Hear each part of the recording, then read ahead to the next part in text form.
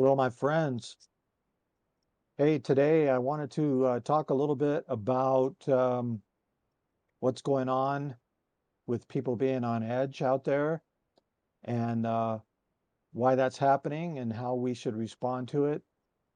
I think that with the energies coming in, with the solar flares, and my understanding is this weakens the magnetic field over the Earth, and so we're getting hit with a lot of energies. And I believe there's also a spiritual aspect of energies coming in as we come to the near the end of the 26,000 year cycle. There's also an 84-year cycle if you listen to Jeff Harman, and he's kind of an interesting astrologer. I've never been very big on astrology myself, but he caught my attention that he's a little different than your average garden variety guy. I don't put all my stock in all of that, but it's just interesting. It is interesting to me that so many different factions, if you will, are saying the same thing. The astrologers, the psychics, the channelers, um, the prophets, the Christians, all the different factions saying the same thing. You know, something's up, right? When they all agree, because usually they're arguing with each other about who's right and who's wrong, correct? So, anyways, I just wanted to talk about this because I think it's important to be mindful that people are on edge and that if somebody lashes out at you or responds to or attacks you negatively, to not respond in kind, to catch yourself, right? And return kindness and realize that they may not realize what's going on. Father, forgive them, they know not what they do. That reminds me, I just put out a meme to some of my Christian friends and Christians in general. And it goes something like this, if I remember it correctly. Don't tell me that you're a follower of Christ or a Christian, because that's what Christian means to most people. Show me. Don't preach at me or condemn me. Set an example for me by living the teachings, right? By loving your neighbor as yourself, by treating others as you would want to be treated, right? By loving your enemies because you're no better than them if all you love is the people that are close to you. These are all in the scriptures, of course. These are all teachings that Jesus taught. And don't judge because you'll be judged by the same judgment if you do. By their fruits, you shall know them.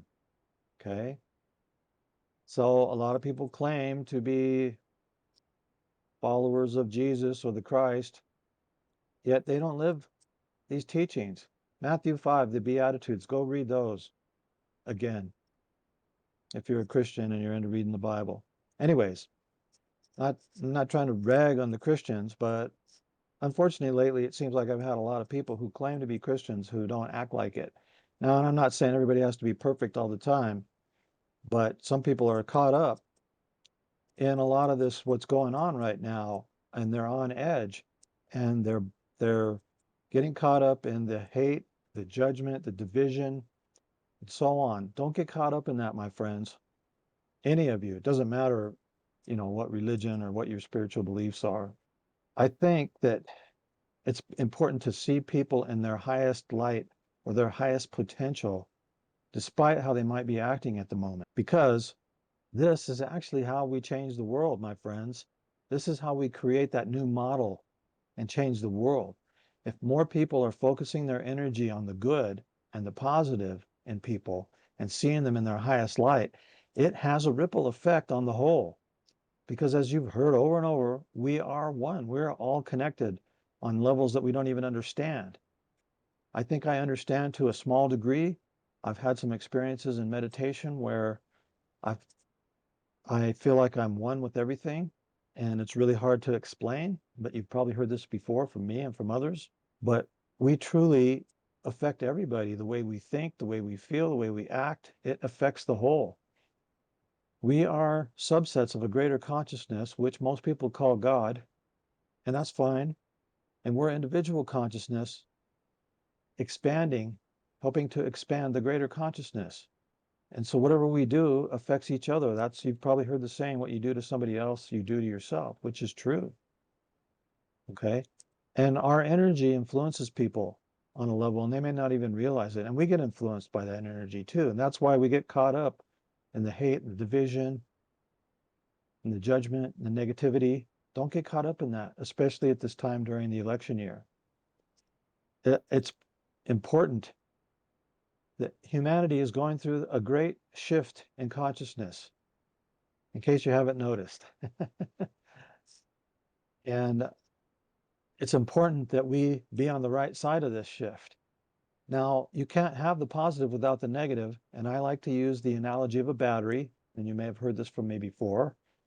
You have a positive pole and a negative pole, and they both have to be connected or the battery is dead, doesn't do anything. And all the magic happens between the two poles because the positive, the electricity flows from the positive to the negative. That's just that's a metaphor really of how the electricity flows. There's more to it than that. But anyways, um, it's also a good metaphor for us.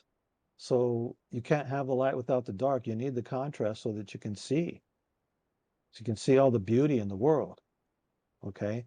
And that also speaks to the scripture that says all things work for good, and that your challenges are opportunities. They're not negative circumstances that are happening to you or given to you by some evil overlord or the devil or what have you.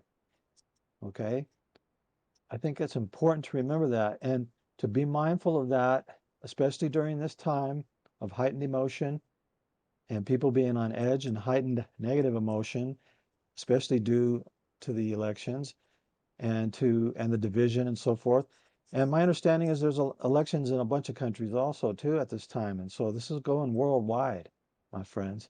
So if we can be mindful and catch ourselves and not return evil for evil, but return kindness for evil, and that's a scripture also, or for negativity, if you will, and love your enemies. That doesn't mean you have to tolerate bad behavior or put up with harmful things, but you can forgive. Father, forgive them, they know not what they do. That was Jesus on the cross, the ultimate sacrifice and the ultimate example, really, of realizing that these people don't realize what's going on. They don't know what they're doing. They're asleep, so to speak. But a lot of people are waking up, but they're in various degrees, and nobody's perfect. I'm not perfect. It's easy to fall back into your old habits and react, triggers, as we call them. You get triggered and you just react. But if you're mindful, you can catch yourself sometimes before you react, or at least before you go too far. So keep that in mind. All right. And be kind to each other. Love is always the answer. I think love is our true essence. It's the glue that holds the universe together, so to speak. It's the essence of the greater consciousness of which we are a part of which we are expanding.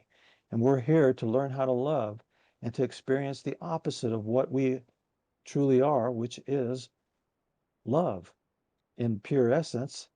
When you listen to NDE experiences, the vast majority of them say that they were engulfed in this unconditional love that they couldn't even hardly describe when they went to the other side.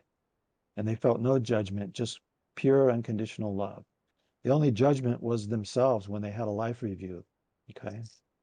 So I've talked about this in other videos if you're interested in that. But it's important to put our focus and our energy into being kind and loving and peaceful.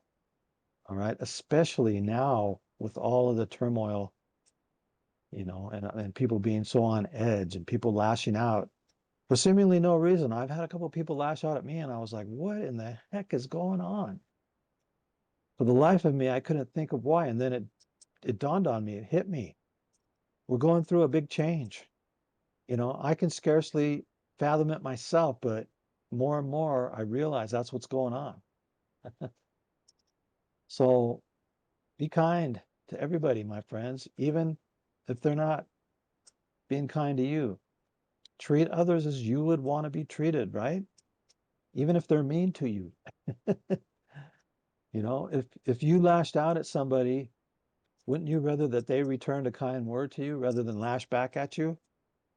Now, I have done that in the past, and I have had people turn around and apologize and melt because instead of me lashing back, even if I had every right to, said, hey, man, you know, I don't know what's going on. I'm sorry if you're having a hard time. I hope things get better in your life and so on and so forth.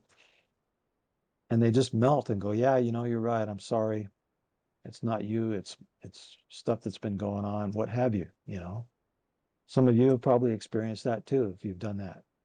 So we've got to learn to love each other. We've got to learn to forgive each other. You know, our legacy, humanity's legacy has been one of a lot of war and bloodshed and hatred and division and so on. And that's why we keep coming back through many lifetimes until we learn to correct that.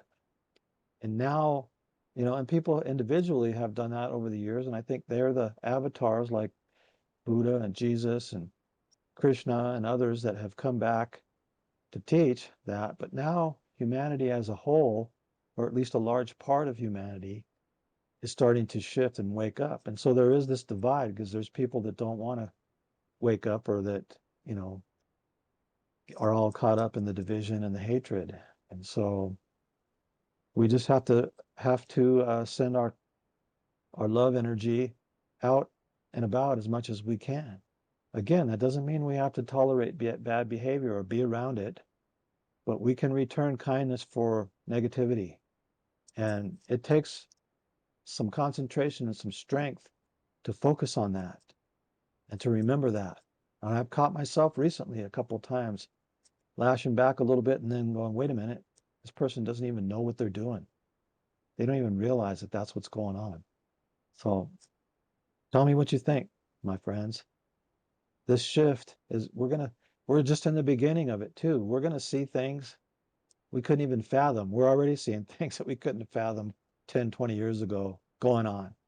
But instead of getting angry about it, we need to look at it as a challenge that is really an opportunity. It's an opportunity to change.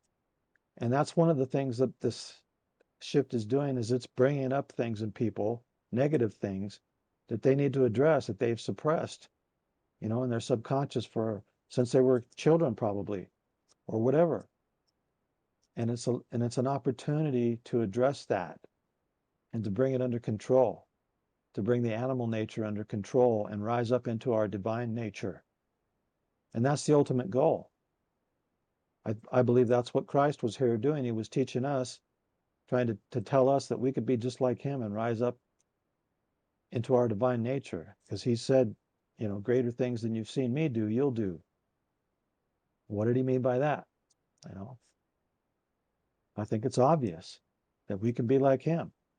So think about that, my friends. And of course, it starts with the ones closest to you, especially, you know, family members. It's time to make amends. And even if they won't make amends with you, you can make amends with them and let that go. You know, you're not punishing anybody by by staying angry at them. You know, it's as the Buddha said, you're drinking poison and hoping the other person dies because it's only poisoning you. The anger only poisons you. You got to let go of that. And you got to see the person in their highest light because most people have some good traits about them. If you can just focus on those instead of the anger or what they did in the past and so on and so forth. I know it's not easy, but I've seen that change lives in my own family by doing it myself. Anyways, my friends, that's my message for today. I hope you're having a great day, evening, wherever you're at. Peace out, my friends.